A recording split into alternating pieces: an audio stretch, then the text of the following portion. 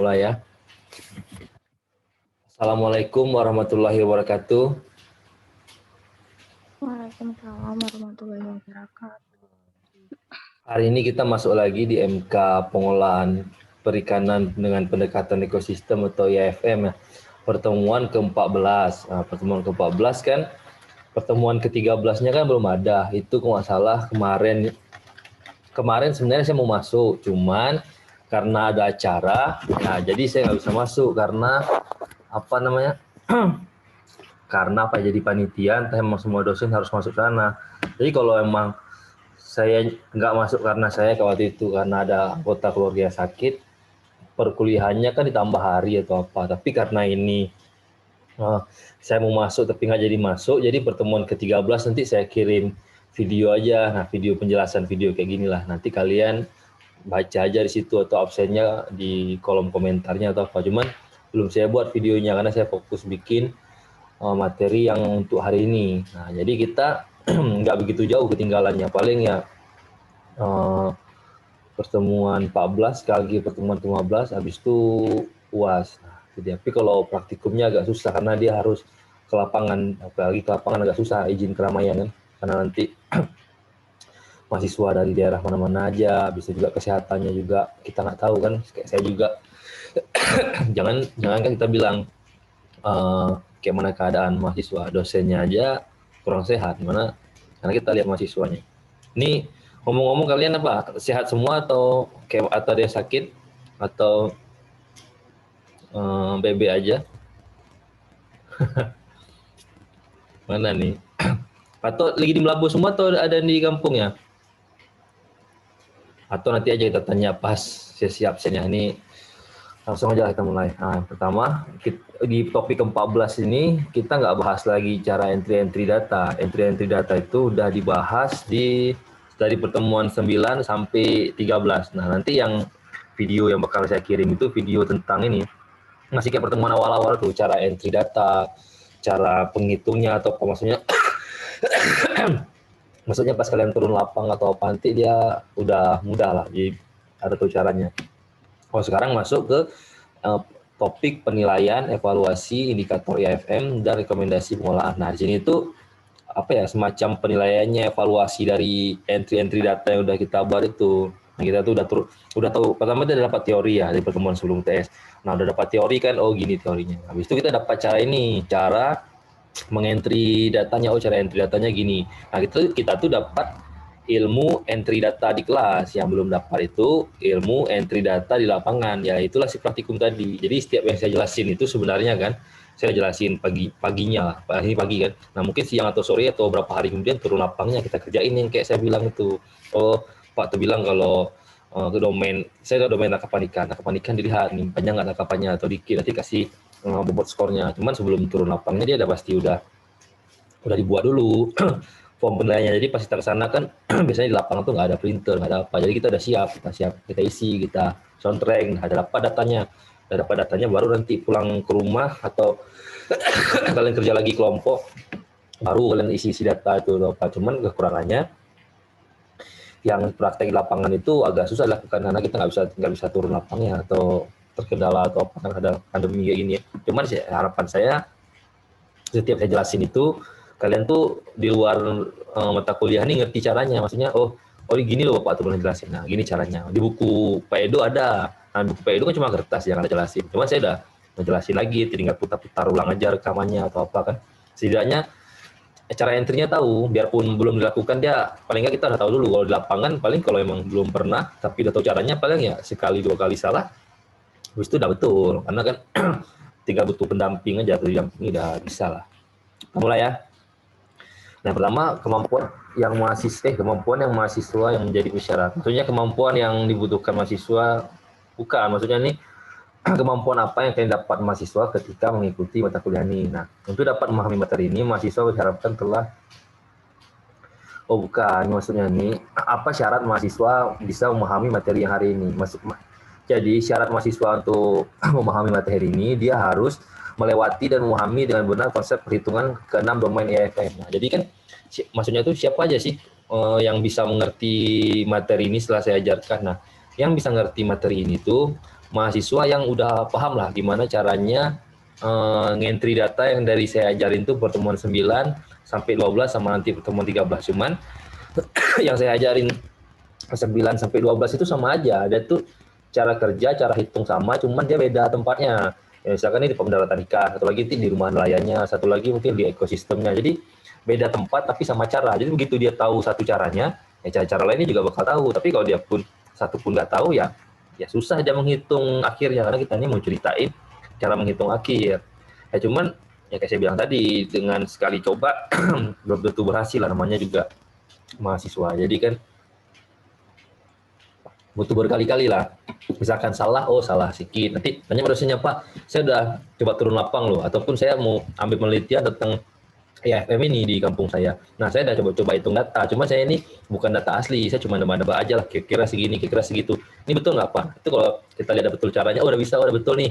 Ini memang cara ambil datanya. Udah tinggal kamu ambil aja cara yang, tinggal kamu turun lapang aja dengan cara yang ini. Datanya kan lebih asli, bukan data dugaan gitu.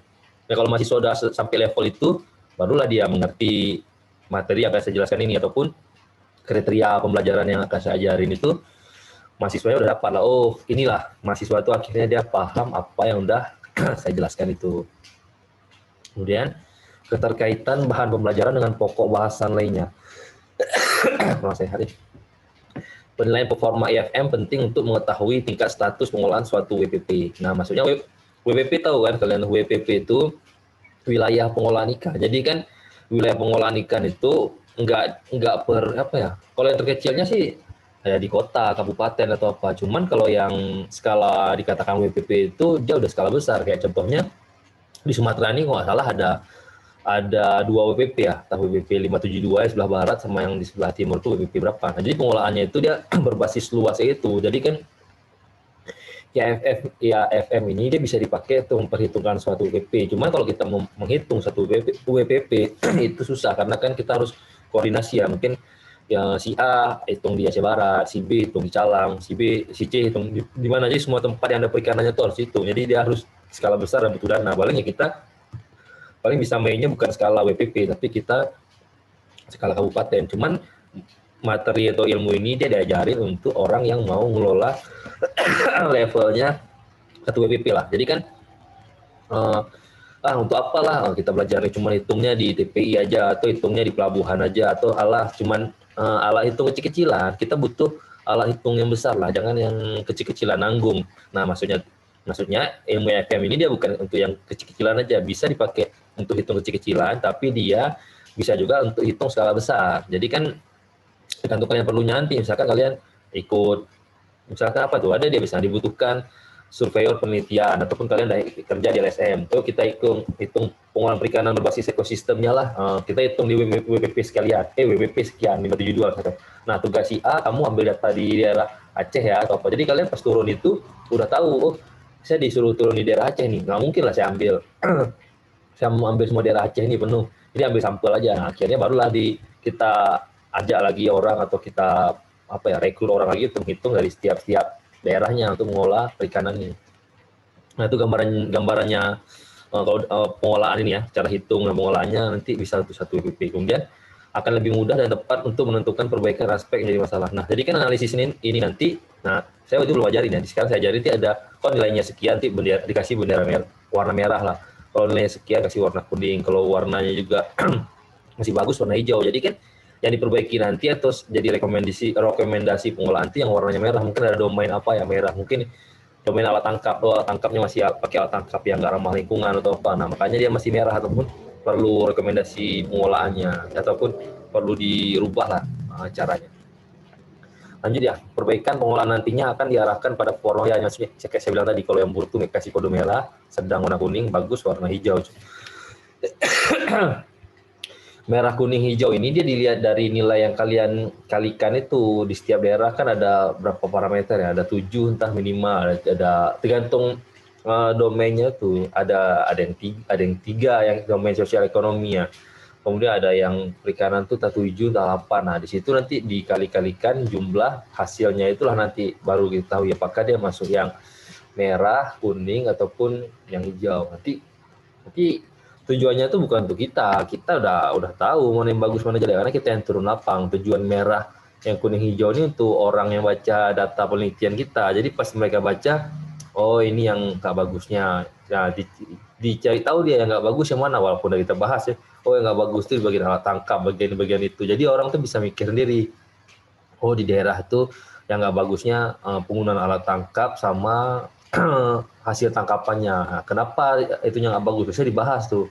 Kenapa dia masih pakai alat tangkap yang nggak bagus? Apa mungkin warganya nggak dapat sosialisasi ataupun mereka ingin nangkap jumlah besar karena bersaing dengan nelayan luar ataupun kenapa hasil perikanannya nggak bagus? Mungkin karena ada kerusakan, ada pembuangan limbah atau apa.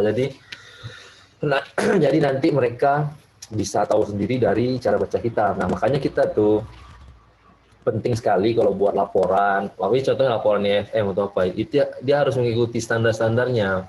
Jangan sampai yang dia harusnya merah, kalian buat warna oranye, ataupun yang warna kuning kalian warna biru. Nah, itu nanti orang susah bacanya. Kalau kita buat sesuai aturan, nah siapapun bakal bisa baca, termasuk orang luar. Orang luar nanti tinggal kita translate aja bahasanya, kita paham ya. Lanjut, manfaat atau pentingnya bahan pembelajaran ini adalah untuk dapat menganalisa dan mengevaluasi forma pengolahan perikanan. Ya, tujuan bidang keilmuan ini ya, saya jelasin tadi, sehingga mampu memberikan rekomendasi dan arahan pengolahan yang berkelanjutan. Nah, itu dia tadi. Bentar ya. Nah, biasanya kan ditanya sih, pengolahan perikanan yang baik ya untuk ekosistem, untuk masyarakat, untuk ekonominya atau apa yang seperti apa sih yang baik itu? Nah, yang baik itu seperti yang pengolahan EFM nih. Nah, jadi kan kita ada dana nih, misalkan dari LSM atau dinas atau apa. Nah, kita nih ingin memberikan dana ataupun memberikan program bantuan kepada sektor perikanan agar berguna bagi ekosistem, bagi ekonomi, bagi masyarakat. Cuman dana ini nggak cukup semua dia untuk untuk apa? Tidak bisa semua kita danai. Bagian-bagian mana aja sih yang penting didanai? Nah, disitulah kalian nanti bisa bisa mengetahui bagian mana yang penting, bagian mana yang nggak penting. Nah, bagian penting itu pasti ya bagian yang merah dia masih yang butuh sekali diperbaiki. Jadi kalau kalian tanya tuh, oh sebenarnya nggak bisa. Kalau ada orang tanya dia nggak bisa langsung jawab kecuali udah pernah penelitian. Pada penelitian juga kasih nampak aja yang warna merah yang perlu diperbaiki. Tapi kalau belum penelitian dulu karena kita nggak bisa bilang iya atau enggak berdasarkan asumsi pribadi. Kalau itu levelnya penelitian ya. Tapi kalau yang untuk sehari-hari bisa. Sehari-hari malah dia berbentuk dugaan ataupun kayak suzon atau apa itu kalau di sehari-hari masih bisa, tapi kalau untuk penelitian nggak bisa. Kalau duga-duga, oh menurut pengamatan saya ya, ataupun dengar-dengar gini loh ada infonya, dengar-dengar dari bapak tuh gini loh, nggak bisa dia kalau untuk levelnya akademik dia harus pakai penelitian, nggak boleh dia mengeluarkan statement atau opini yang hanya berdasarkan dugaan semata. Oke. Nah, penilaian indikator itu dia ada 6 ya, ini udah saya jelasin waktu itu sih. Yang pertama itu kan ada domain sumber daya ikan, ini udah kita bahas di pertemuan ke-9, ini juga yang kedua di pertemuan ke-10, yang ini yang ketiga pertemuan yang ke-11. Nah, masalahnya dulu tuh sosial dan ekonomi dipisah. Kalau sekarang karena materinya cuma dikit-dikit udah saya gabung. Nah, sosial ekonomi di pertemuan 12, yang domain kelembagaan ini belum saya buat, atau nanti saya bikin videonya lah, karena dia materi ke-13 kemarin yang saya izin ada lomba kampus merdeka. Cuman pas saya mau kasih kuliah, saya nengok emang ada arahannya, mahasiswa harus nonton, kalau nggak masuk Zoom, nonton di YouTube-nya nggak salah. Saya nengok mahasiswa ngabsen kemarin di pertemuan keberapa ya? Di pertemuan 13 kemarin di link YouTube kemahasiswaan tuh. Cuman ya saya nggak mungkin ngambil absen dari situ. Saya nanti absen pisah aja atau apa kan. Nah, ini domainnya ini kan untuk diambil datanya itu bisa nanti di wilayah kota atau kabupaten maksudnya. Jadi kita biasanya ambilnya tuh sekecilnya kabupaten. Kalau kecamatan dia terlalu kecil, tanggung lah. Jadi kita ambilnya kabupaten. Cuman di sini yang buku Pak Edo ini beliau tuh ambilnya di Semelu. Jadi contohnya nanti kita ambil Semelu ya. Penilaian dilakukan dari proses pengumpulan data primer, sekunder selama survei di lokasi. Nah, jadi kan yang diambil tuh data primer itu ini data yang kita ambil pada saat lapangan. Kalau data sekunder itu dia udah cari tahu dulu, emang sebelum dia turun tanya, di mana sih tempat yang orang sering cari, orang nelayan tuh cari ikan? Oh, kecamatan itu, oh daerah itu. Nah, itu dia data sekunder. Kemudian daerah mana ya yang kira-kira yang banyak orang tinggal nelayannya ataupun daerah mana yang ekosistemnya masih bagus atau apa. Jadi kita ngambil datanya bisa keterwakilan lah. Kita ngambil di tempat yang kondisinya bagus, kondisinya yang kurang bagus, sama kondisinya sedang. Jangan sampai kita cuma ambil, maksudnya kadang nggak ada data sekunder, kita nggak ada evaluasi awal. Jadi kita turun di tempat yang datanya jelek semua. Pas keluar penelitian, hasil penelitian, yuk kita dengarkan hasil penelitian dari Universitas Teguh Umar yang diwakilkan oleh Sipulan misalkan. Dia paparkan hasil penelitian tuh ke warga desanya. Di sini kondisinya jelek, alat tangkap ini apa namanya tuh, kondisi ikannya ataupun ikannya ditangkap udah nggak ada atau itu. Jadi kan heran masyarakat kok dia bilang jelek ya, padahal di tempat kita masih biasa-biasa aja. Nah, sebenarnya salah itu si peneliti, dia nggak tanya-tanya dulu pas turun, dia entah di mana dia turun di tempat emang yang nggak pas ya pasti jelek. Makanya perlu kali dia semacam observasi awal sebelum penelitian. Jadi sebelum penelitian itu kita turun dulu, kita tanya, di mana kita ambil kondisinya yang kayak gini, ataupun di tempat ini kayak mana. Jadi kita betul-betul ngambil data tuh di tempat yang bagus, bukan bagus sih, tempat yang kita inginkan atau cocok dengan kitanya.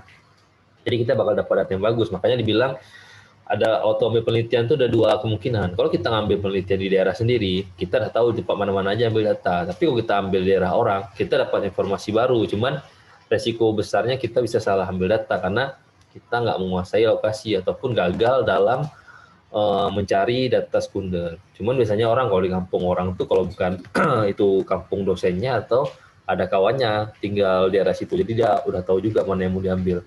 Bentar ya.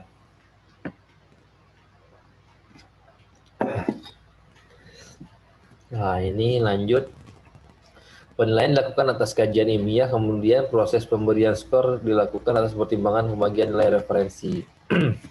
Nah, maksudnya tuh penilaiannya itu dikerjakan atas kajian ilmiah ya, maksudnya dia tuh nanti pas saat dia meneliti atau apa dia nggak asumsi pribadi, dia tuh udah sesuai acuan karya ilmiah atau kajian ilmiah lah dia meneliti itu. Bagaimana dia punya bahan kuesionernya dibuat berdasarkan acuan, cara ambil datanya juga dia nanti udah ada tekniknya. Habis itu juga biar nggak salah ambil data lah intinya. Jadi kan udah ada pengkajian ilmiah dulu, kayak mana sih turun datanya, kayak mana sih dibekali. Itulah pentingnya ada pembekalan misalnya sebelum turun lapang. Oh, dikasih tahu. Kalau kita praktikum misalnya pembekalan sama dosen, tapi kalau kita turun penelitian pembekalannya dari pembimbing. Jadi kita nggak salah. Kadang-kadang mahasiswa bingung juga dia kayak gini atau kayak gitu. Dan sebenarnya bukan mahasiswanya bingung ya, mahasiswanya takut salah dia. Misalkan kalau saya ambil kayak gini nanti dosennya bukan gini lagi maunya dosen, nanti udah ujung-ujungnya salah juga. Makanya dia harus ada persamaan persepsi dulu sama si dosen praktikum atau dosen bimbing. Kita nanti ambil datanya kayak mana, kayak gini, jadi kita nggak salah lagi ya. Kalau pemberian skor berdasarkan pertimbangan nilai referensi poin itu maksudnya sebelum kalian turun lapang, si pembuat buku atau si pembuat rumusnya itu dia udah analisis dulu. Berapa sih bobot pengali untuk ini, bobot pengali untuk itu, kayak mana nanti hasilnya, kayak mana. Dia udah rumus ini sebelum dibagikan ke orang, dia udah coba-coba juga berkali-kali. Kayak mana nanti kalau ada yang pakai rumus ini kayak gini ya. Dan kayak mana aja ini juga, kalau dipergunakan di tempat lain tuh betul apa enggak. Karena kan orang yang buat rumus itu sebelum ngasih ke penelitian, dia harus coba dia sendiri juga. Cuman kalian itu nggak akan merasakan jadi pembuat rumus kalau bukan kuliah S3. Kalau S1 itu pemakai rumus ya. Rumus orang kita pakai. Nah, ini rumus orang dipakai di daerah A, kita pakai di daerah B, itu udah bisa tuh skripsi. Kalau S2, dia memakai rumusnya itu ada lebih daripada satu. Kita pakai rumus yang pertama, kemudian kita pakai rumus yang gabung rumus yang kedua, gabung rumus yang ketiga, itu levelnya S2. Tapi kalau S3, dia cari rumus baru. Nah, cari rumus baru, inilah kemarin dapat IFM. Gimana IFM ini yang Indonesia ada juga yang dapat, tapi pengembangannya tetap dari luar negeri, baru kita kembangkan lagi. Itulah kurang lebihnya. Nah, jadi kan kalau tahap kalian tuh S1 nanti kayak saya ada pernah bilang, kalian tuh tinggal ambil aja mau domain yang mana lah, domain yang mana, udah pilih domain, pilih tempat, udah jadi. Misalkan domainnya tuh, ini penelitian, misalkan kalian mau ngelihat EFM di Mabu, ya pas kali domainnya ada berapa kemarin ya, saya jadi ada 6 kan, cari 6 orang di situ, nah 6 orang di situ, lebih enak dong penelitian sambil ber-6 orang, cuman ya, kalau penelitian dia udah di luar jangkauan kita lagi, karena berdasarkan persetujuan dosen lagi, jadi kan ada yang bisa nerima pakai EFM, ada juga bisa yang lain, karena kan yang EFM ini biasanya untuk perikanan umum. Kalau yang kita mungkin fokus penangkapan, sosial ekonomi sama THP. Tapi kalau mau coba silahkan aja, siapa tahu bisa kan. Nah di sini kan tadi saya udah jelasin teori atau apa. Nah sekarang tuh teori udah jelasin. Habis itu cara entry data udah dijelaskan. Ini hasil datanya. Nah, ibaratnya kalian tuh kan kemarin yang indikator sumber daya ikan kan ada CPUE, ukuran ikan, proporsi ikan sampai densitas biomasa. Nah di sini yang kemarin saya ajarin itu yang ada bobotnya, cuman bobot sama ranking ini dia berdasarkan urutan prioritasnya yang mana kan. Nah habis itu ada skor densitas itu juga udah ketetapan, udah dibuat sama si pembuat rumus apa. Jadi kerja kita ini cuman ngisi tabel skor sama ngekalikan nilai itu dia bobot tadi dikali skor kali bobot kali densitas itu dia hasilnya. Nah nanti ada nilai nilai totalnya ya, nilai dari bobotnya. Nah, sini kan didapat, ini ada angka 2 nih. Angka 2 berarti dia kategori sedang. Tapi kalau nanti dia 1 kan yang rendahnya, 3 maksimalnya. Udah dapat dikali-kali atau berapa, dapatlah dia jumlahnya nanti berapa sekian, ini rata-rata. Nanti ada skor nilainya. Skor nilainya lihat tabel lagi ya. Nah, ini dia contoh ambil domain sumber daya ikan. Sini kita lihat ya. Kalau 2 biasa aja sih, 1,5 biasa. 1,5 dan 1 nih nggak bagusnya. Di sini saya lihat. Di Semelu ini yang kalau kita baca ya, di Semelu ini pada tahun sekian yang nggak bagus itu cuma ukuran ikan ada penurunan ya kan, dikasih nilai segitu ya, penurunan mungkin karena apa mungkin kan. Kemudian ada juga ini spesies ETP, ada jenis hiu ikan Napoleon yang tertangkap. Oh maksudnya ini ikan yang dilindungi. Ada nggak ikan yang dilindungi itu ketangkap masyarakat? Oh ada ikan hiu sama Napoleon sih sebenarnya boleh ditangkap kalau orang dulu, tapi kalau sekarang kalau kita update info udah udah agak jarang lah boleh ditangkap karena udah statusnya langka. Jadi kan kalau langka ya harus dilestarikan bukannya tangkap. Kalau dulu ya jual lah, mahal nih jual, untung kita dapat ikan nih. Kalau sekarang ya nggak boleh lagi. Kemudian juga yang mengurangi ring collapse, kita baca semakin sulit mencapai spesies target. Misalkan target orang Simelu itu dia target ikan karang kan, udah susah kali dia dapatnya kan nilai 1 nih. Berarti bisa kita simpulkan lah di Semelu itu dia pada saat itu lagi sulit tangkap ikan target, ketangkap ikan-ikan yang harusnya nggak ketangkap, sama ukuran ikan itu udah agak kecil. Lanjut. Nah, kalau lihat bagian domain habitat dan ekosistem tuh ini kita lihat, ini 333, ada satu nih nggak bagus. Status ekosistem mangrove, kerapatan berkisar rendah 1.000 pohon, tutupan kurang, udah dikit mangrove-nya di Semelu tuh. Udah nggak sampai 1.000 pohon dalam 1 hektar, berarti kan udah dikit lah mangrove-nya ataupun tutupan kurangnya, maksudnya luasan mangrove itu udah nggak banyak lagi. Habis itu lihat INP rendah ya, kalau emang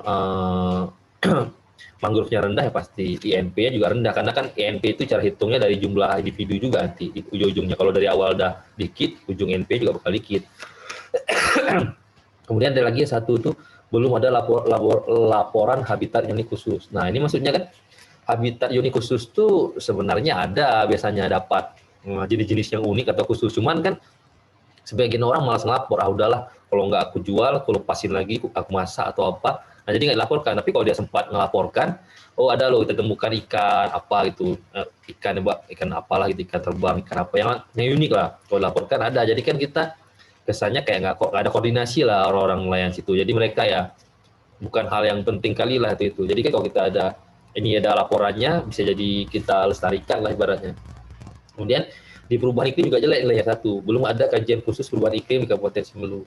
Berarti mereka tuh dia cuaca tuh mereka, ada saya bilang waktu itu, dia kalau keadaan itu dia nggak bisa mengikuti keadaan alam, pasrah aja lah, memang cuacanya nggak bagus atau apa. Jadi dia harus iya ya, kayak saya bilang itu gitu. Maksudnya nanti pas rekomendasi pengolahannya, di Simelu itu dia kalau belum ada kajian tentang perubahan iklim, maka dari itu kita perlu adanya sosialisasi ataupun membimbing masyarakat di situ supaya tidak berpasrah ataupun ya gitu aja lah. Kalau ada perubahan iklim dia harus ada kita upayakan. Nah makanya nanti kita ajari sama masyarakat apabila nanti ada perubahan iklim, suhu di perairan meningkat, cara mengakibatkan susahnya mencari ikan tertentu, warna ikan tertentu nggak mau suhunya dingin, mau perairan hangat, kita harus cari solusi. Mungkin kita apa gitu, kita pindah sini, ataupun jangan pergi melaut di kayak gini, ataupun pergi melaut dengan bawa teknik ini. Kalau dia suhu dingin, mungkin kita bisa bawa dengan apa gitu. Jadi kan ada cara kita untuk menjelaskan mereka tuh supaya nggak menyerah dengan keadaan. Jadi kita ada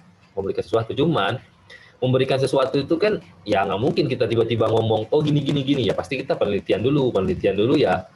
Bisa kita penelitian dulu, bisa juga kita buka jurnal atau buka jurnal itu semacam rangkuman penelitian orang ya. Kita lihat yang tentang terkait perikanan dengan perubahan iklimnya, kita baca baru kita jelasin. Nah, kita jelaskan baru nanti ada dari mereka ada pemahaman apakah diikuti atau enggaknya. Nah, di sini juga bisa dilihat sama pemerintah, oh kajian iklimnya kurang ya, udah kita anggarkan dana untuk kasih sosialisasi ke situ atau apa kan. Ataupun kalau bagi mahasiswa, oh cocok nih kita bikin penelitian perubahan iklim dengan perikanan, karena di situ emang kurang. Oh, pasti tanya dosen, dasar kamu melakukan penelitian di daerah itu apa? Nah, berdasarkan penelitian EFM tahun sekian gini-gini, bahwasanya masyarakat situ nggak ada dia kajian perubahan iklim terhadap perikanan. Maka dari itu saya ingin melakukan penelitian biar ada hasilnya itu bisa memberi arahan untuk mereka. Nah, itu dia. Bisa dilihat dari sini sih. Ini lagi yang satu, belum ada kajian dan informasi namun terjadi kerusakan karang. Oh ini.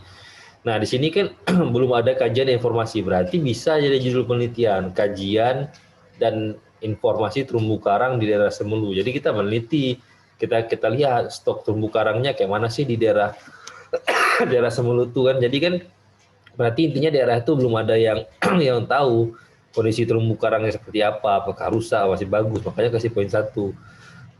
Gitu juga misalkan data ini dibaca LSM, oh cocok nih kita bikin proyek terumbu karang di daerah Simelu karena di daerah itu belum ada kajiannya gini-gini, makanya kita turun untuk mengkajinya. Itulah kurang lebihnya. Tapi tempat-tempat yang udah bagus nih kayak poin 3 nih, ya tinggal ditingkatkan aja, berarti mereka unggul di bagian ininya. Nah, kemudian tabel 10. Nah, ini tabel 10 orang ambil datanya tentang teknik penangkapan di Simelu ya. Di sini yang lain tapi nggak ada nilai 3, ini data 1. Ini kasus pelanggaran menggunakan alat tangkap yang ilegal di atas 10 kasus. Ya, kalau itu biasanya kalau alat tangkap itu kalau satu orang dia pakai alat yang nggak bagus, dia nggak mungkin rahasia. Pasti ada kawannya yang tahu. Oh, dia pakai alat itu, aku juga pakai lah. Jadi sekali dapatnya banyak alat tangkap yang nggak bagus, ya skornya jelek. Nah, berarti ya pemerintah sama orang lain juga bakal tahu. Oh, mereka banyak alat yang nggak bagus nangkapnya. Kita perlu sosialisasi nih supaya mereka pakai alat yang bagus, jangan pakai alat yang nggak bagus.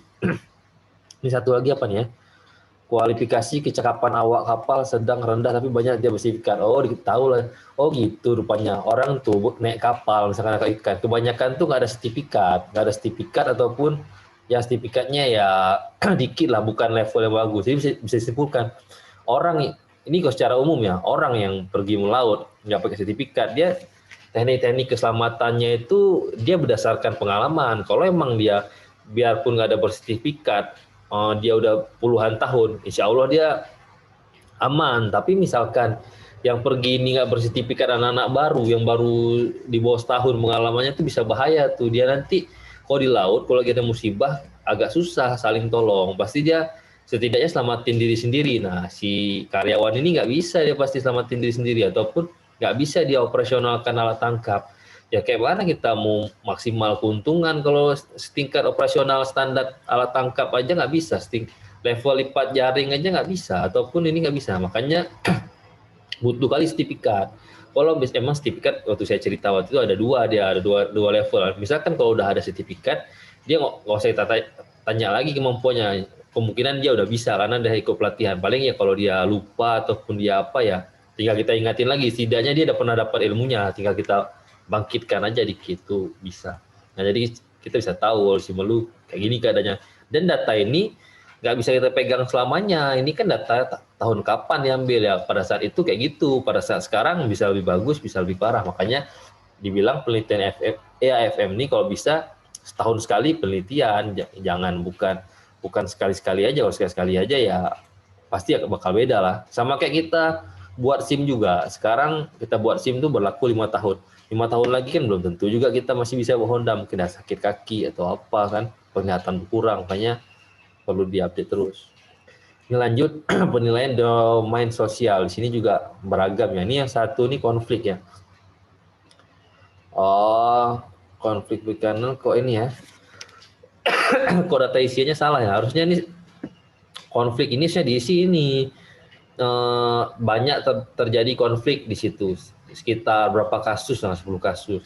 Oh, berarti di situ apa ya? Penanganan konflik ataupun tingkat terjadinya konflik itu besar, maka kita perlu adakan sosialisasi atau apa kan. Nah, jadi kan pemerintah tahu gimana sih sosial karakteristik sosial nelayan di Melut, nelayan di Semelu itu kayak mana sih? Oh, ini dia. Kalau partisipasi pemangku kepentingannya bagus, dapat nilai 2 dasar penelitian. Ya, turun lapang kalian bilang, oh berarti bagus. Kemudian pemanfaatkan pengetahuan lokalnya itu bagus juga. Cuman yang jeleknya mereka tuh konflik, suka ribut sama kawannya, ribut ataupun ada apa ya? Ya ribut tuh banyak faktor sih, bukan faktor ini aja. Jadi ini yang perlu dibereskan. Nanti dianalisis. Ribut nih gara-gara apa sih? Oh, saya ribut karena ini.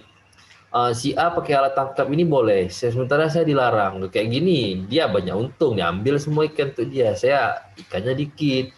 Nah, oh berarti itu kita selesaikan, kita jelaskan dulu alat tangkapnya, bahwasanya kita pakai alat tangkap yang kayak gini, jangan pakai lagi yang nggak ramah lingkungan, karena kalau kayak gitu sisi negatifnya nanti yang kero untung, dia banyak untungnya, lingkungan rusak, yang pakai alat biasa aja malah nggak dapat ikan. Harusnya kan pakai alat tangkap yang bagus biar lingkungan nggak rusak, habis itu juga sama-sama lah bersaingnya menggunakan hal yang sama, tidak curang atau apa kan.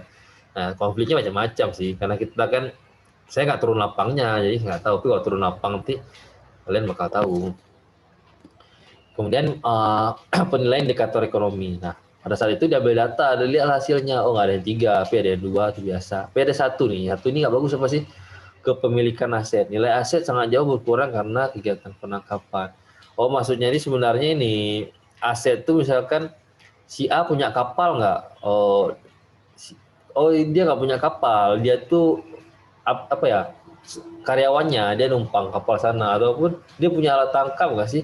Nggak punya juga dah tuh. Dia cuma punya yang alat biasa. Nah, itu dia biar diketahui sama pemerintah atau LSM bahwasannya di daerah itu orang tuh kasihan kali nggak punya aset, kapal boat kecil pun nggak punya, alat tangkap ini pun nggak punya, dia tuh rumpun nggak punya, makanya perlu dibantu lah yang nggak punya tuh, yang udah punya yang nggak usah lagi, ataupun nanti di upgrade kalau yang nggak punya tuh udah ada alatnya, udah dibagi lah, baru nanti yang lebih berada lagi ya. Jadi kita bantu dulu yang biasa-biasa. Jadi kan kita tahu apa sih kekurangan di satu daerah dengan adanya penelitian EFM tadi.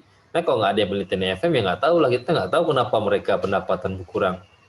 Pasti berpikir kan, yang kampung ini kenapa pendapatannya kurang? Oh, dia hasil tangkapannya nggak bagus, ataupun ikannya dicuri sama negara lain, padahal bukan.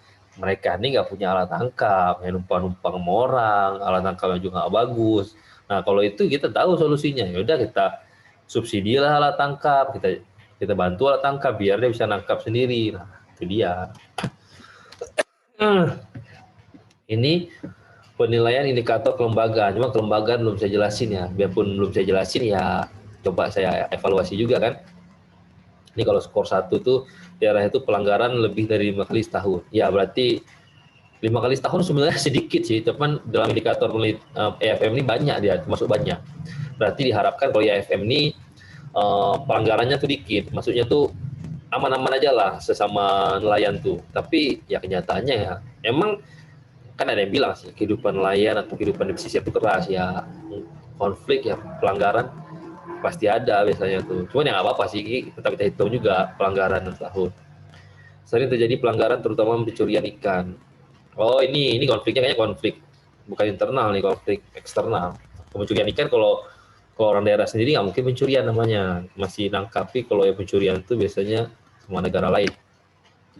Yang lain 2222, ini 1 RPP wilayah belum ada termasuk rencana strategis. Nah, ini dia rencana strategis ini nelayan nggak mungkin dia nggak mungkin dia bisa buat RPP. Dan kalau yang buat itu dinas ya butuh juga dia tuh apa ya, dinasnya nggak mungkin karena dinas itu dia ada bantuan dana, cuman dia bidang keilmuannya biasanya kurang spesifik, nggak dapat update penelitian terbaru. Nah, biasanya kerjasama sama perguruan tinggi atau LSM. Perguruan tinggi itu dia banyak ilmunya, banyak teori, banyak itu. Cuman dia yang nggak ada tuh dana sama tenaga terampil.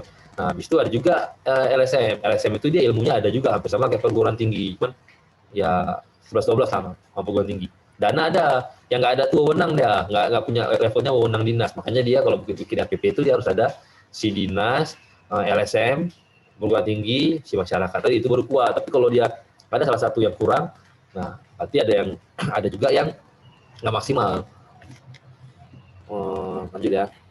Di sini 222 juga oke, berarti ya cuma itu yang dikit. Nanti dijumlah aja, jumlah berapa bobotnya dikalikan aja.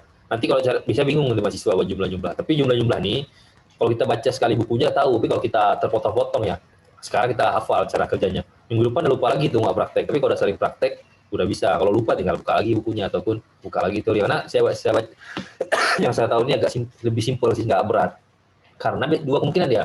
Kalau kerja lapangnya biasanya ya kalau penelitian, kalau kerja lapangnya tuh berat, cara hitungnya mudah. Kalau turun lapangnya mudah, cara hitungnya susah. Kalau penelitian EFM ini turun lapangnya yang capek karena banyak kali dia domainnya, habis waktu kita di situ banyak ditanya sini capek kita. Cuman capek kumpul data, cara hitungnya mudah. Nah, itu dia. Kalau biasanya kalau cara ambil data dikit, mudah lah, sebentar lah turun lapang. Cuma gini gitu biasanya analisisnya susah tuh. Lanjut ya. Evaluasi penilaian indikator FM batasan atribut, densitas, dan domain. Nah, di sini kan evaluasi itu nanti ada reference point. Reference point itu poin acuan ya, agregat indikator hasilnya. Reference point dari indikator menjadi salah satu batasan dalam proses pemberian skor baik domain. Nah, maksudnya itu reference point ini ditentukan sama orang. Poin referensi, apakah nanti kapan dia diberikan nilai 3, kapan dia diberikan nilai 2, kapan dia diberikan 1, itu kan udah ada. Pasti datang tuh udah ada skornya. Nanti kita tinggal isi. Cuman di sini jelasin juga, karena kan orang yang ngasih nilai 3, 2, 1 itu kan pada saat itu cocok dia apa, tapi pas turun lapangan ada yang bilang, oh nggak cocok nilai poinnya 1, ini poinnya 2, yang 1 itu yang sana, ataupun yang 1 itu poinnya itu. Itu pengembangan lagi sih turun lapangan. Makanya biarpun itu jarang kita ubah, tapi tetap harus ada peluang untuk mengubahnya atau peluang caranya, karena nanti di lapang suatu saat kita bakal nemuin adanya kejanggalan ataupun adanya orang yang bisa apa ya, bisa memodifikasi rumus nih. Karena kan kalau sebagian orang kayak saya kan, baca rumus nih, oh udahlah gini aja gini. Cuma ada sebagian orang pasti ini dia, oh nggak cocok kayak gini caranya, nggak bisa gini, bagusnya ada ini, bagusnya ada itu. Nah, pada saat itulah dia bakal ngedit reference point tadi. Nah, itu dia nggak semua orang sih. Pasti dia pas lagi kuliah S3 aja, sekali dia emang wajib dia nemuin hal baru. Kalau dia nggak bisa nemuin hal baru, dia modif rumus lama, cari hal barunya. Tapi kalau kayak kita ya, kita ngitung pun udah agak susah, mau dia perubahin lagi ya, bisa gitu. Cuman ya, bukan berarti nggak mungkin ya. Kadang kan ada emang orang basic ilmunya beda-beda. Kadang kita pikir dia bagian ini lemah, bagian itu lemah, rupanya dia ada bagian kuatnya. Bisa gitu. Nggak mungkin orang tuh jagonya di tempat yang sama, jagonya itu beda-beda. Nah, dari proses pemberian skor tersebut pada awalnya kita bisa mengetahui kelompok parameter mana yang memiliki kontribusi terendah. Nah, ini kayak saya bilang tadi, makanya yang saya ulas tadi yang poin-poin 1 tuh. Nah, itulah yang perlu kita perbaiki. Dan ada juga poin yang tinggi, poin 3 tuh ya tinggal kita pertahankan. Udah bagus tuh ya, jangan sampai kita perbaiki poin 1 tadi, yang 3 tadi terbengkalai, nanti pas penelitian sekali lagi yang 3 itu udah nggak 3 lagi, udah 1. Cuman satu lagi, kelemahan penelitian yang bukan angka ya, ini cuman kayak apa, penelitian kuantitatif namanya masalah. Hal yang kita lihat di lapangan, kita angkakan, itu akan berbeda kalau yang turun orang lain. Maksudnya gimana ya? Pasti agak beda, cuman itu udah diperkirakan. Karena kan begitu saya yang turun dengan kalian turun, atau dengan orang lain yang turun, itu pasti ada perbedaan sedikit lah. Mungkin perbedaannya ya, misalkan saya dapat nilai 2,3, mungkin yang lain dapat 2,2, 2,1. Dan nggak mesti juga saya benar, ada orang lain juga benar. Harusnya ya ada ring, kalau ada ring ininya, ring nggak, tidak kepastiannya. Cuman itu masih dalam batas toleransi biasanya. Nah, selain skor atribut, salah satu bagian yang perlu diperhatikan adalah nilai densitas. Nah, ini nilai densitas ini kan dia sama kayak reference tadi ya, bawaan dia. Maksudnya udah dipikirkan sama si pembuat rumus, kalian tinggal hitung aja. Cuman, kayak saya bilang tadi, ada dia bisa kita ubah lagi. Misalkan ini kan dia merumuskannya tuh secara nasional, untuk Indonesia sama untuk luar negeri. Sementara kan kondisi lapangannya tuh kan beda-beda ya. mungkin nanti kita bisa ngubahnya. Kalau untuk daerah Simelu bisa kita densitasnya segitu, tapi kalau kita ke Abia atau ke Aceh Selatan, densitasnya nggak bisa segitu. Densitas untuk penangkapan ikannya harus lebih besar daripada ini, karena kan kita penyesuaian lagi. Makanya di awal itu dibilang kita harus survei dulu di lapangan, keadaannya sama nggak kayak kita baca. Oh, beda loh dengan teori kita baca, kita contoh Simelu kayak gini. Tapi pas di tempat kita agak beda, ya udah kita ganti aja dulu nilai densitasnya tadi. Ya tadi ya kembali lagi ke dua peluang. Ada dia orang yang mahasiswa mau dia ganti nilai densitas, ada juga Allah udahlah anggap aja sama, paling kita hitung bobotnya langsung. Memang kan kalau kayak saya jelasin, kita ganti nilai bobot aja, densitas sama reference point tadi nggak diganti. Cuman kalau kita sanggup ataupun kita bisa, ya apa salahnya kita ganti densitas sama reference point. Densitas itu maksudnya itu jumlah keterkaitan atribut satu ke atribut lain. Misalkan kayak hasil tangkapan itu dia misalnya terkait sama kondisi ekosistem. Kalau kondisi ekosistem nggak bagus ya, nggak ada tempat rumah ikan ya, penangkapannya juga nggak bagus. Nah jadi kan tingkat keterkaitannya nih, misalkan di Semelu gitu ya, pengaruhnya kalau lingkungannya kayak mangrove, karangnya nggak bagus, hasil tangkapan nggak bagus. Cuman kalau di arah lain bukannya itu pengaruhnya, karena emang daerahnya udah bagus, pengaruhnya tuh lebih di alat tangkap atau apa. Baru kita ganti lagi yang urutan keduanya tuh alat tangkap. Jadi hubungannya dengan yang lain itu segini, ataupun kondisi alat tangkap tuh pengaruhi dia kondisi potensi perikanan. Cuman ya untuk mengganti nilai densitas kita harus betul-betul tahu dulu itu apa emang itu yang kejadian lapangan. Cuman ya masalahnya kalau di akademis itu, kalau nggak ada penelitian tentang itu, nggak bisa kita ganti sembarangan. Nggak bisa cuma kita ganti berdasarkan omongan-omongan beberapa orang, kata sipulan-sipulan kayak gitu. Emang kenyataannya emang iya gitu. Cuman kalau nggak ada penelitian atau sumber referensinya ya tetap nggak bisa. Jadi ya itulah ribetnya sebelum kita mau mengkaji itu, pak kita turunkan kawan dulu, coba teliti dulu hasil gini. Betul nggak pengaruhnya ini? Oh betul. Kalau pengaruhnya itu udah bisa kita lihat nilai densitas. Tapi kalau nggak ada penelitiannya ya udah kita pakai aja bawaan yang ini, bawaan yang udah ada. Allah malas lah ribet-ribet ganti-ganti nilai ini, pakai aja yang udah ada. Cuman nanti misalkan ada dosen yang ngomong kan, kayak saya bilang, oh densitas daerah ini nggak bisa kamu samakan dengan yang lain, dia setiap tempat tuh berbeda-beda, tinggal kalian bilang balik aja. Saya juga ada kepikiran mengganti itu Pak, cuman kalau udah saya cari nggak ada penelitian terkait atau belum ada penelitian ya nggak bisa juga saya ganti, langsung beres tuh urusan. Nah kita harus apa-apa kita harus punya acuan. Ini juga dalam konteks pemberian nilai dan skor densitas juga kan menunjukkan pengaruhnya terhadap perhitungan secara keseluruhan. Nah, itu dia tadi. Jadi pengaruh dia misalkan nilai batasan nilai tangkal atau batasan ekosistem itu berapa sih keterkaitannya tuh dengan tempat lain itu sebelah besar. Ini kan kalau 0,9 kan sangat rendah ya atau apa nggak besar lah. Nah, kalau yang terkait biasanya kan ada tuh rata-rata kalau yang urutan pertama tuh yang kita hitung tuh densitasnya sampai 25-30, berarti dia faktor itu berpengaruh kali terhadap perhitungan-perhitungan yang berikutnya. Jadi kan kalau yang sempat yang satu jelek, yang lain juga maksudnya pengaruhnya ada pengaruhnya lah. Misalkan Pak kayak saya bilang tadi, kalau alat tangkapnya pakai alat yang nggak ramah lingkungan, hasil tangkapannya juga kualitasnya nggak bagus. Nah itu dia maksudnya densitasnya itu besar ataupun itu menjadi faktor pengaruh terhadap faktor yang lain. Karena kalau kita nggak pakai densitas, kita ambil 7 parameter, pasti orang tanya, di antara 7 ini paling penting yang mana ya? Kalau kalian ambil tuh, nah kalau udah ada nilai densitas sudah ketahuan, yang paling penting ini karena densitasnya tinggi, dia mempengaruhi hal yang lain, hal-hal yang lain.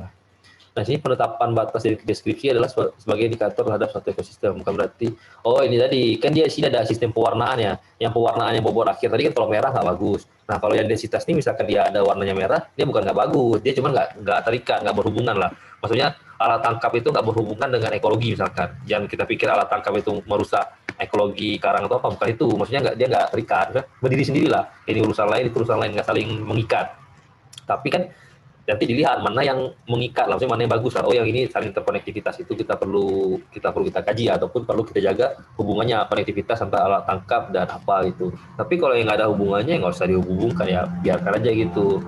Kecuali mempengaruhi suatu domain ya. Nah ini nilai ini udah bahas sampai nilai agregat ya. Ini nilai akhir ya. Kalau nilai akhir tuh kayak gini. Nanti dibagi 5 dia biasanya. Nah, kalian dapat skor tuh, oh skornya cuma di daerah Simelu tuh mungkin 80 atau berapa, oh berarti dia udah termasuk bagus atau apa ya, jadi tinggal dilanjutkan atau apa, ataupun tetap dipelihara.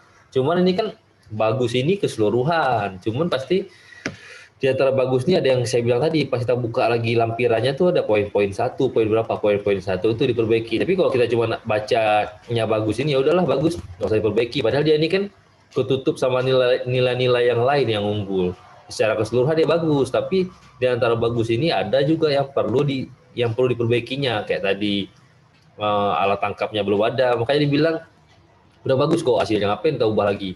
Ya bagus itu mereka itu numpang sama orang nangkap ikannya, dapat dia banyak. Cuman kan memang bagus nilai tangkapannya banyak ataupun banyak, cuman masalahnya itu si tokehnya yang bagus, yang lain itu juga apa namanya dapat juga emang, tapi seandainya nanti dia nggak kerja lagi sama tokeh itu, dia pasti bakal menurun pendapatannya. Jadi kalau kita baca lampirannya tadi, oh mereka tuh nggak ada alat tangkap, jadi nggak ada salahnya alat tangkap tuh kita sediain. Kalaupun dia nanti nggak sama tokeh itu lagi, dia udah punya alat tangkap sendiri. Nah, gitulah untuk analisis awalnya kan. Iya, nilainya dibagikan dalam 5 kategori. 5 kategori tadi, mana yang bagus, tidak bagus, sedang kan. Kemudian itu nilai agregat itu akan dievaluasi kayak saya bilang tadi. Kalau emang rendah kali itu banyak tuh yang harus dievaluasi. Tapi biasanya nggak sampai rendah kali.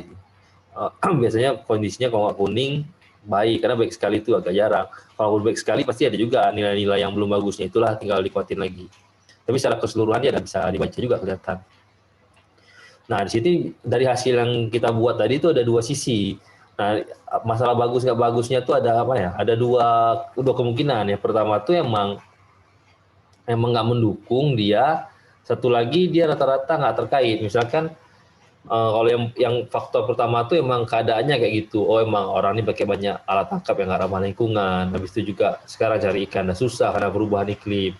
Nah, yang satu lagi dia daerahnya itu emang nggak ada hubungannya. Misalkan tangkapannya dia nggak, emang daerahnya nggak banyak terumbu karang, ataupun dia emang ada pabrik di situ. Jadi kan pas orang ambil data, apakah terumbu karang mempengaruhi tempat penangkapan ikan ini? Ya nggak ada, orang di sini nggak ada terumbu karangnya, ya mana mempengaruhi. Nah itu dia tadi, ada dua sisi, ada satu emang nggak bagus, ada satu lagi emang nggak ada. Ataupun ini kayak mana nih, alat apa tuh, pengaruh alat tangkap terhadap hasil penangkapan ikan. Di sini alat tangkapnya emang pakai yang nggak bagus semua, pakai alat tangkap yang dilarang. Kalau kasih nilai jelek ya emang mereka yang pakainya yang itu, emang pakai itu. Jadi kan itulah maksudnya konektivitasnya agak kurang. Ya dia pakai alat jelek itu, bukan alat jelek sih, alat yang nggak ramah lingkungan tuh karena emang domain kelembagaannya emang mengizinkan atau apa. Jadi nanti bisa disimpulkan lah, oh ini emang jelek karena mereka nggak ngerti, ataupun ini emang jelek nilainya karena mereka emang maunya pakainya kayak gitu. Nah itu dia, bisa diidentifikasi nanti. Nah di sini juga maksudnya kalau agregatnya rendah ataupun nilainya rendah itu bisa disimpulkan parameter di apa tuh kegiatan di situ itu emang kurang memberikan kontribusi dalam pengolahannya itu. Jadi mereka ya kayak saya bilang tadi, kalau pakai alat yang nggak bagus ya pasti kedepannya juga pengolahannya yang nggak bagus, atau cuma keuntungan sesaat tapi merusak ekosistem. Maksudnya tuh ada beberapa keuntungan ya, dari keuntungan ekonomi dapat, dari keuntungan sosial mungkin agak susah, karena kalau merusak lingkungan pasti ada nelayan yang nggak suka, ataupun kedepannya juga bakal menyulitkan mereka dalam mencari ikan ya. Secara sosialnya kurang bagus begitu, dan atau lagi itu secara ekologi juga bakal nggak bagus. Kemudian terakhir, hasil dari agregat ini kemudian dijadikan sebagai dasar untuk penetapan rekomendasi dari penilaian IAFM di WPP Simelu, Selat Malaka, dan Laut Andaman. Jadi yang di buku itu ya penelitian atau apa, hasilnya itu bisa jadi rekomendasi penilaian. Cuman dia nggak bisa juga jadi rekomendasi penilaian kalau kita nggak menyeminarkan atau ngabari masyarakat sekitar. Kayak saya bilang tadi, waktu buat seminar hasil daerah itu sebenarnya kita harus ceritakan dulu sama masyarakat di kampung. Makanya kalau ada kegiatan tuh penelitian ada FGD namanya, focus group discussion. Nah kita ngomong masyarakat, gini loh keadaannya, nah, betul apa enggak? Oh iya betul kami terima tuh, emang gitu keadaannya, boleh. Tapi kadang-kadang mereka bilang, oh enggak kayak gitu, daerah sini BB aja. Kok bisa beda data yang kamu ambil? Nah, di perbedaan datanya itu kita luruskan. Oh, saya salah Pak ya, saya ambil data. Nah, salahnya di mana? Oh, kamu salah ambil data. Kamu tanyanya banyak di tempat orang-orang yang melanggar. Kamu tanya tuh sama si Bapak yang baik itu. Kamu tanya sama si Pulan, si nelayan baru. Kamu tanya masih itu. Jadi datanya beragam. Kalau kamu cuma nanya sama si ini, si itu ya orang-orang yang melanggar semua. Makanya terkesan daerah ini kayaknya melanggar deh semua ya. Dia ambil sampelnya tepat orang yang melanggar semua. Apa enggak hasilnya kayak gitu? Makanya penting kali lah. Tapi sebenarnya sebelum FGD ini, kita sebelum turun lapang kita diskusi dulu sama masyarakat situ. Kita mau ambil data ini. Kita butuh responden, kita butuh habis sampel. Rencana saya habis sampel. Rencana saya, maksudnya rencananya tuh, kita bisa kita ambil yang di sama si data gini mohon maaf. Nah, kita butuh responden. Nah, responden itu kita butuh yang udah pengalaman, misalkan ada nelayan baru ataupun nelayan alat tangkapnya ini. Sama siapa, Pak? Kira-kira bisa kita ambil, oh, dikasih tahu sama si Fulan, si ini, si ini, si ini, si ini. Nah, itu dia pasti lebih akurat, karena kita nggak akan salah ambil data, karena dia ngarahinnya udah betul lah. Biasanya tanya ke panglimanya atau ke siapanya. Jadi, pas kita nanti menyeminarkan atau bikin FGD, pas hasilnya nggak bagus, kami udah tanya kok sama Bapak ini, bosnya ambil datanya begini-gini. Ataupun Mas, separah-parahnya atau sesial-sialnya masih nggak bagus, ya nanti bakal diajarin lagi, diulang lagi lah dikit. Pokoknya sampai hasilnya bagus, baru kita kasih data kita nih untuk dipublikasikan ke jurnal atau kemana, jadi bisa dibaca sama orang lain. Kalau udah disetujui sama orang daerah itu, sama dinasnya, baru kita bisa publish. Jadi kan nggak ada dirugikan, karena kita kebanyakan orang ini dia ambil data entah di mana-mana lah biasanya tuh, ambil data itu ini luar perikanan ya, data secara umum ya, diambil sampel mungkin kayak ada kasus narkoba gini, dibuatlah penelitian daerah A banyak pemudanya banyak pakai narkoba. Nah, maksudnya itu ya banyak narkoba ya karena yang diambil sampel orang narkoba semua, tapi kalau diambil sampelnya anak-anak baik ya nggak ada narkoba. Makanya penting kali dia ambil datanya yang betul, yang bagus, tepat sasaran lah. Nah, kayak ini di sini bisa dipakai untuk pengambilan data ya, data di Kabupaten Simelu, betul. Selat Malaka boleh lah, Selat Malaka tuh di depan Simelu lah, karena lengkah satu lagi Laut Andaman. Laut Andaman itu di atasnya Selat Malaka lagi, di daerah Thailand lah atau mana. Jadi bisa untuk 3 lautan lah ambil data. Cuman metodenya, kalau data di Simelu tadi ya nggak bisa juga lah dipakai untuk daerah di Selat Malaka kayak di Semawe, PD itu mana kan penelitian lagi. Apalagi Laut Andaman ya orang surveinya harus luar negeri dulu, tanya orang Thailand, bahasa Thailand tuh mana bisa kita harus ke sana lagi lah ibaratnya. Itulah ini maksudnya bisa dipakai bisa dipakai metodenya. Oke, materi hari ini sampai di sini aja. Nanti minggu depan kita bahas yang hasil evaluasi indikatornya, lebih ke evaluasi biasa. Oke lah, ini sambil nunggu ada yang tanya atau apa, saya coba absen juga ya, karena udah ada peringatan pula tadi dari host. Sudah mau habis. Ini Mario Adha. Ada nggak dia? Ada yang lihat nggak? Ada yang lihat Mario? Kalau ada suara atau apa, lanjut ya sambil nunggu. Ovalia Latifah. Ovalia Latifah. Aduh. Ayun ada yang tadi. Yuyun. Cut Witia ada. Cut Witia, saya nggak, karena ngajarnya di luar prodi sendiri, inilah apa namanya, nggak begitu hafal. Biasanya langsung saya sambil scroll apa. Safrina Andayani. Safrina. Tuh saya lihat yang ada aja ya. Safrina yang ada. Elvina. Kalau enggak saya buka partisipan aja lah. Saya screen, tapi capek juga kayak gitu ya. Mending absen aja lah. Yeni ada. Yeni Gusnita nampak ya. Ini betul absennya sih. Ermiani Putri. Ermiati ada. Ermiati. Susi Susanti, Astri Sofina, yang mana ya? Ini absen yang lain, enggak, atau Rindiani ada, masalah di Rindiani ada. Kita lihat aja ya, kita buka partisipan aja, saya download dulu. Randy ini mana? Oh, Randy ada. Randy, cut absennya lain. Erma mana? Erma Sari ya. Erma Sari ya, ada. Erma Indah. Mana? Oke, saya screenshot aja lah, agak capek dipanggilnya. Ini 1, 2, 3, 4, 5, 6, 7, 8, 9, 10, 11, 12, 13. Oke. Saya screenshot ya. Kecilkan. Oke, ada yang mau ditanyain nggak? Ada yang mau ditanyain nggak sebelum si tutup materinya? Ini ya, kalau ada pertanyaan bilang ada, kalau nggak ada juga bilang aja nggak ada gitu. Jadi kan saya juga tahu kan, oh nggak ada Pak, udah paham, oh yaudah, kita belajar atau apa kan, ataupun oh Pak ada Pak, nah, gitu. Icut ada yang mau tanyain nggak? Icut? Ada, Pak. Nggak ada. Indah ada yang mau tanyain?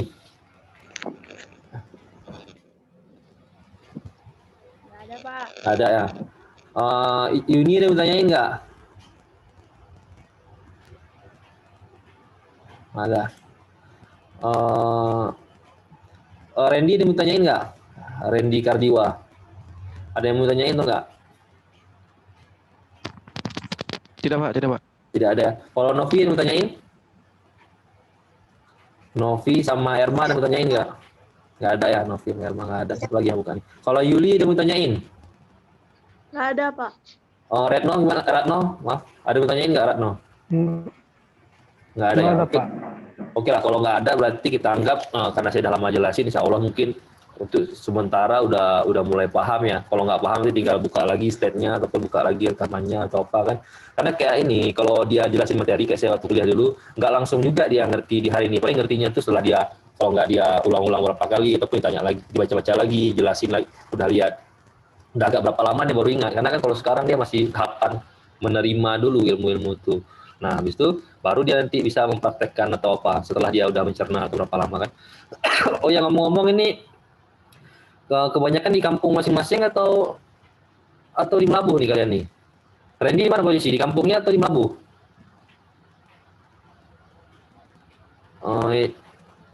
Yang lain apa di Melabuh atau lagi di kampung masing-masing?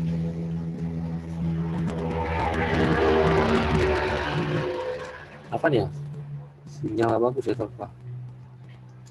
Oke lah, ini kayaknya nggak ada jawaban mungkin karena sinyal nggak bagus apa ya? Oh iya, nah, ini kayaknya apa tuh ya? Jaringan nggak bagus lah. Kalau jaringan nggak bagus, setelah saya pamit aja karena saya pikir tadi kepikir kenapa tadi nggak banyak nggak terjawab omongan, mungkin sinyal nggak bagus atau apa. Oke deh, sekian aja materi hari ini. Semoga ilmunya bermanfaat. Saya juga minta maaf apabila ada kesalahan. Sekian dari saya. Assalamualaikum warahmatullahi wabarakatuh. Waalaikumsalam warahmatullahi wabarakatuh. Waalaikumsalam warahmatullahi wabarakatuh.